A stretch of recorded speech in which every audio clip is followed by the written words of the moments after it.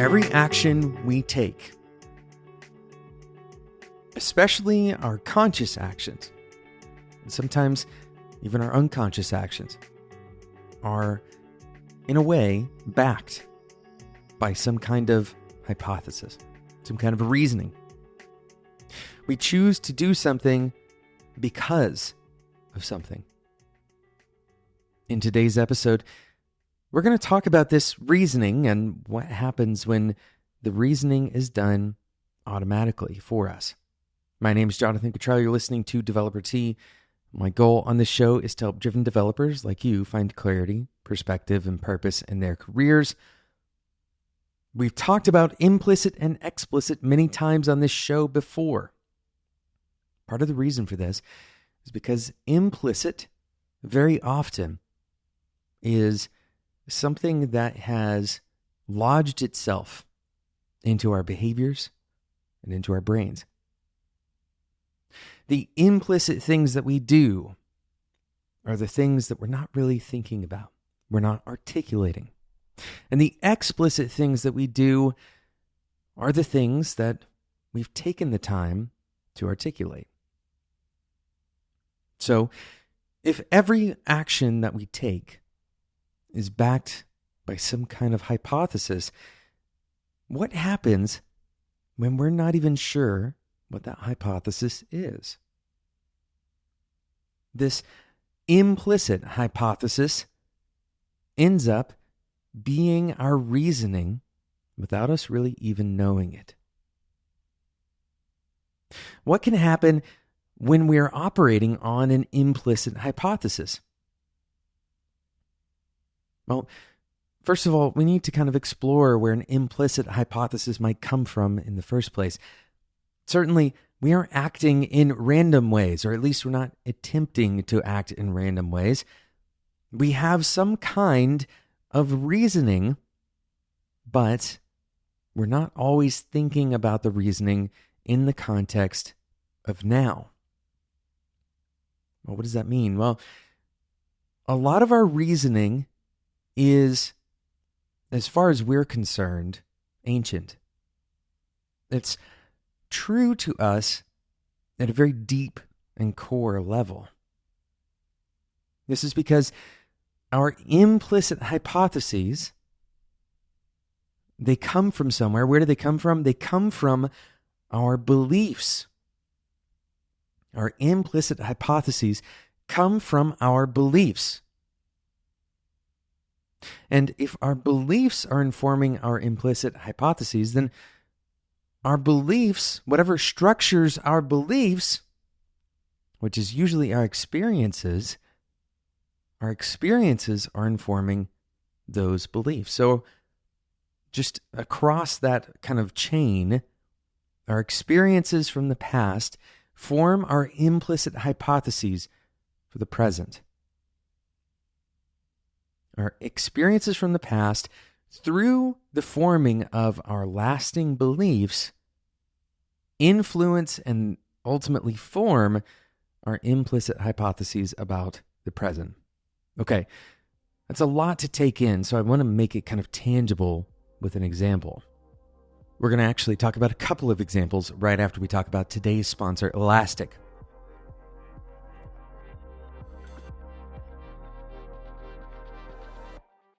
Elastic enables the world's leading organizations to put their data to work using the power of search.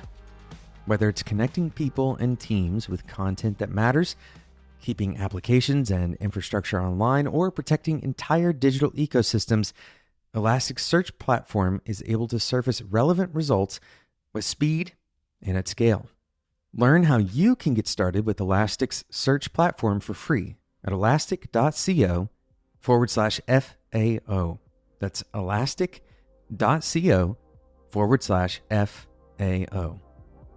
Thanks so much to Elastic for their support of Developer T.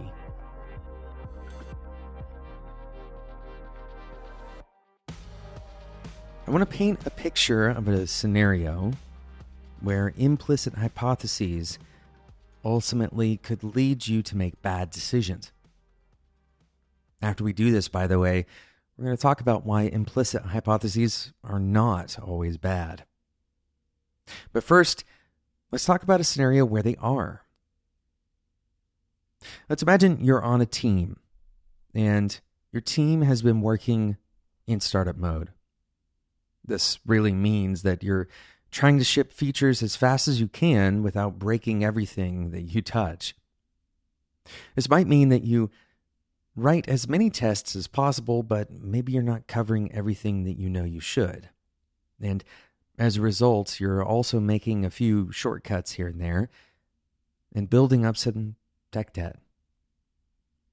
And tech debt is no stranger to any of us. But you've recognized that there is one area that seems to be producing a lot more bugs than you're comfortable with. And so you bring this up at a team meeting with you and the other engineers, an engineering manager, maybe a product manager is there with you. And you say that you'd like to pay this technical debt as soon as possible. The product manager talks to you and the other engineers about what it would take. You estimate to some degree of accuracy, but ultimately the product manager says, well, I don't think that we can do this now. We're willing to continue experiencing these bugs, but we need to get these other features shipped. This is a classic problem because how can you really perfectly prioritize in a situation like this? It's very hard to do. Now let's imagine that you choose to work on this technical debt outside of the scope of your normal work. In other words, you say, okay, well, I'm going to keep doing this other work, my kind of main work, but I'm also going to work on the technical debt. Now, this moment is where you've used an implicit hypothesis. Now, there could be multiple implicit hypotheses, and in fact, there almost always are multiple hypotheses in a given scenario. Sometimes you can even have a mix of explicit and implicit hypotheses. But in this scenario, you hypothesize implicitly that doing this work outside of the course of your normal work is going to result in a better scenario, a better outcome in the future. And this hypothesis may be informed by some previous experience of having not paid down technical debt. And so now that you've learned this lesson in your mind, you think it's unacceptable to forge ahead without paying this down, and therefore you're willing to sacrifice. Maybe you're going to sacrifice your personal time, or maybe you're going to work a little bit faster on the other work. The problem that arises hopefully becomes clear. In fact, there's multiple problems that could arise as a result of this. The first one is if you're working on this alone, then a lot of the context that you otherwise would have if you had other engineers working with you on it is lost.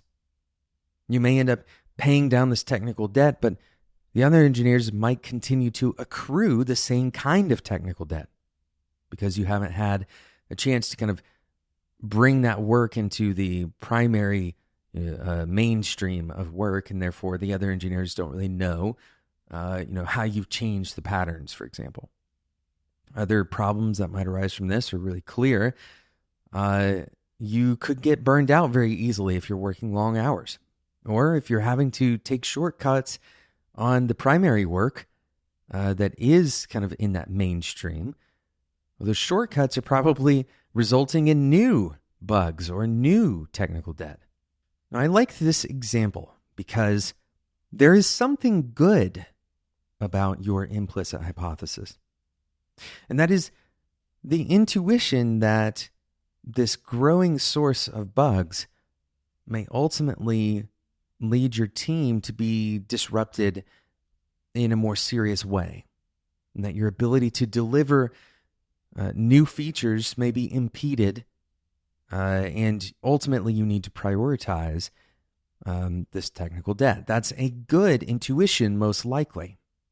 But the problem is that your implicit hypothesis of working on it anyway, or choosing to do this outside of the normal flow, that part of the hypothesis is the misstep. Instead, you can use that same intuition to share an explicit hypothesis. So your implicit hypothesis is, okay, technical debt is bad, especially when it's producing bugs, and we need to pay attention to it as soon as possible. Right? This is kind of a belief, an underlying belief, a good belief.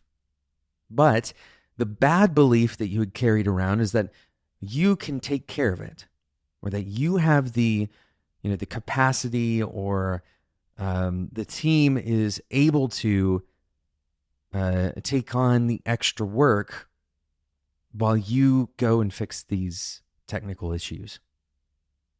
So if you dispose of that bad belief, or maybe you don't know that the belief is bad, if you make it explicit, and especially if you have a chance to explain this to your team, now you can actually negotiate with the other members of the team. You can also have a chance to recognize which parts of your hypothesis are likely to be bad, or which underlying beliefs you need to discard, or create an explicit hypothesis that goes against that intuition, that kind of says that belief is something that I need to ignore, or that I need to hypothesize against, right? I need to do something that disagrees with my own belief. And this is why it takes explicit thinking. It takes slow thinking, because you're going against something that is likely ingrained and deeply seated.